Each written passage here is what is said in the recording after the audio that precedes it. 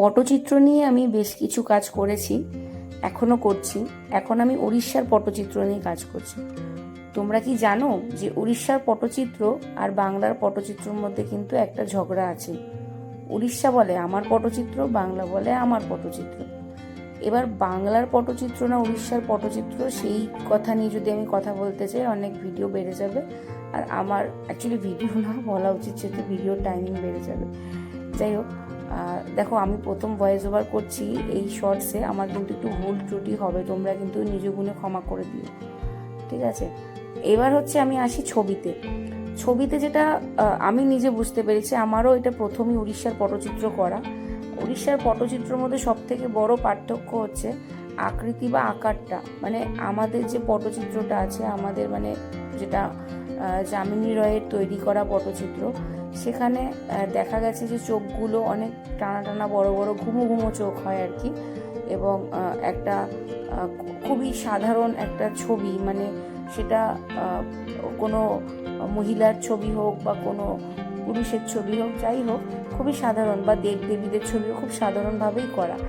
এইখানে দেখতে পাই আমরা, মানে উড়িষ্যার পটচিত্রে কি দেখতে পাই, দেখি যে খুব একটা ডিপ কালারের ওপর হয়, মানে কালারগুলো বেশ চোখে লাগার মতন হয়।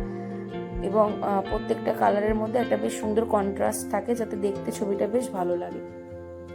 যাই হোক, আরেকটা জিনিস কি বুঝতে পারি, সেটা হচ্ছে, আমি যাই হোক কথাটা খুব বেশি বলি না, চেষ্টা করব কম বলার। এবার আমি আসল কথাতে আসি।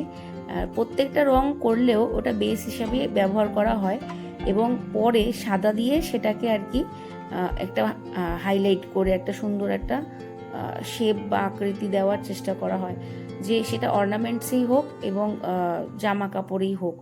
এখানে আমি প্রথম যেহেতু ট্রাই করেছি, আমার মনে হলো সব থেকে সহজ, এবং আমি যেহেতু একটু গোপাল ভক্ত বা শ্রীকৃষ্ণের ভক্ত, তো সেই জন্য আমার মনে হলো তাকে দিয়ে শুরু করা উচিত। তো এবং আমার মনে হলো যে কালার কন্ট্রাস্টটা এটা যতটা মানে ভাইব্রেন্ট আছে, সেইটা ইউজ করলেই ভালো হবে। যে রেফারেন্সটা আমি দেখেছি সেই অনুযায়ী করার চেষ্টা করেছি।